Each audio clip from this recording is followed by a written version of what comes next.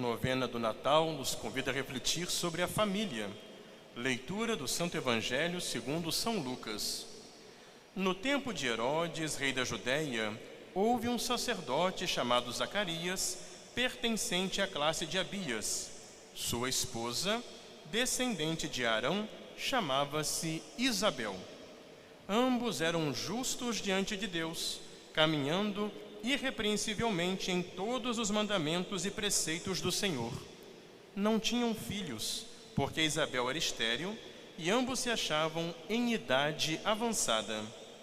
Quando certa vez Zacarias desempenhava suas funções sacerdotais diante de Deus, na ordem de sua classe, coube-lhe por sorte, segundo o costume estabelecido para as funções sagradas, entrar no templo do Senhor para oferecer o incenso.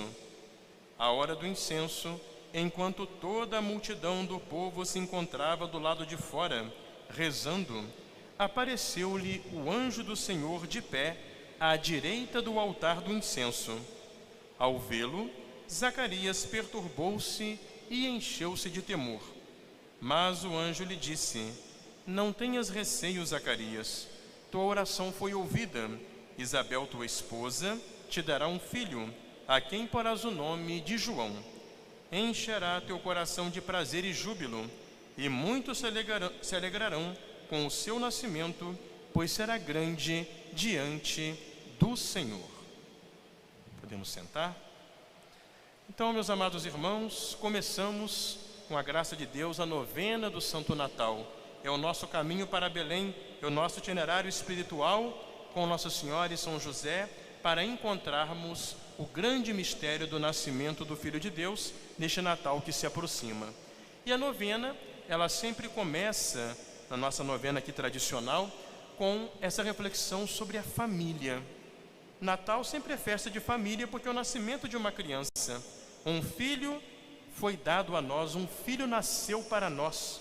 Esse Filho de Deus que veio ser nosso irmão e fazer-nos com ele também filhos de Deus. Então é uma festa na qual toda a família humana se confraterniza em Cristo. E o interessante é que a novena coloca no primeiro dia logo como exemplo de uma família que se preparava para a chegada do Salvador, a família de Zacarias e Isabel. Ambos eram justos e eles cumpriam de modo irrepreensível a lei do Senhor. Zacarias e Isabel, meus amados irmãos, eles são do número desses justos do Antigo Testamento, que durante séculos esperaram a chegada do Salvador do mundo, mantiveram viva a fé e a esperança do povo de Israel. Uma coisa muito forte no povo de Israel, no Antigo Testamento, era justamente essa preocupação da família, o valor, a importância da família e, sobretudo, a transmissão da fé na família. Como eles sabiam que foi ao seu povo que foi dada a promessa, eles eram descendentes de Abraão, então é da descendência de Abraão e depois da estirpe de Davi que nasceria o Salvador prometido por Deus desde o paraíso a Adão. Eles então se preocupavam que na sua família houvesse essa transmissão da fé.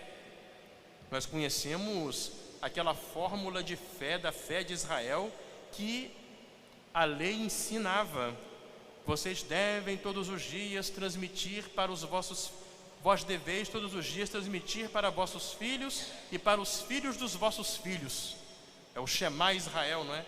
Escuta, Israel, o Senhor é nosso Deus, um é o Senhor. Em meio a todos aqueles povos pagãos que viviam no politeísmo, na idolatria, o povo de Israel mantinha a fé no único Deus verdadeiro, o Deus da promessa, e eles esperavam que um dia essa promessa se cumpriria para a sua salvação, e assim isso passava de pais para filhos, e os pais passavam para os filhos, depois eles viam isso passar para os filhos dos filhos, para os netos e bisnetos, e ia. E assim o povo de Israel foi carregando essa fé, essa esperança. E entre esses tantos que viveram essa fé e essa esperança, aqui está o exemplo, o testemunho de Zacarias e Isabel, irrepreensíveis no cumprimento da lei do Senhor, porque esperavam a promessa, e foram agraciados por esse milagre maravilhoso de gerarem o precursor, o maior de todos os profetas, aquele que seria a dobradiça, que encerraria o Antigo Testamento e apontaria com o próprio dedo o Cristo, o Salvador, João Batista, aquele, como disse Jesus, entre os nascidos de mulher não haverá ninguém igual a ele. Então, tudo isso, meus amados irmãos, nos lembra que a celebração do Santo Natal, a tradição de celebrar o Santo Natal, a tradição da nossa fé católica é algo que se transmite em família. Uma das grandes preocupações do magistério do Santo Padre, o Papa Francisco, é exatamente essa preocupação de ver a sociedade de hoje cada dia mais desenraizada dos seus valores, da sua própria história, da sua própria identidade, principalmente da sua fé, da fé cristã, que é aquela que formou a nossa civilização. Vocês vejam que há 3 semanas atrás, mais ou menos, saiu um documento da União Europeia, na qual se falava que os diversos funcionários dos organismos da União Europeia, agora no final do ano, deveriam evitar falar as palavras Natal, Jesus, Maria, João Batista, Salvador. Não, vamos falar de festas de fim de ano. Parece um detalhe, não é, meus amados irmãos? Mas é bom perceber que a vida é feita de detalhes. Esses pequenos detalhes que eles vão querendo cancelar, tirar do nosso dia a dia, é para tentar apagar a nossa cultura, apagar a nossa raiz, apagar o quê? O cristianismo. Toda a razão de celebrar as festas de fim de ano é o nascimento de Jesus, porque é a data simbólica da sua entrada no mundo. Inclusive o ano novo, dia 1º de janeiro, foi a igreja que colocou, porque era o 8º dia do Natal. É bom lembrar que o ano novo começava depois, não começava em janeiro, a igreja que fez isso.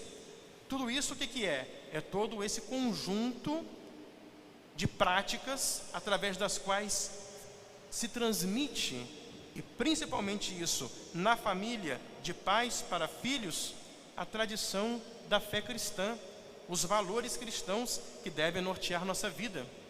Então que nós possamos viver esse Natal, um Natal fervoroso, fecundo, em família. Seja uma novena fervorosa de oração, em que a família toda se prepare, todo mundo confesse, todo mundo procure comungar no Natal, procuremos viver de modo profundo e que esse Natal traga uma renovação para que a presença de Cristo, Ele que se fez nosso irmão, Ele que entrou na nossa família humana para que nós entrássemos na sua família divina, Ele possa então nos fazer reacender esses valores e que nós possamos guardá-los e ter a honra, o orgulho e a felicidade de transmiti-los para as próximas gerações. Então agora, peçamos essa graça de joelhos na oração do primeiro dia.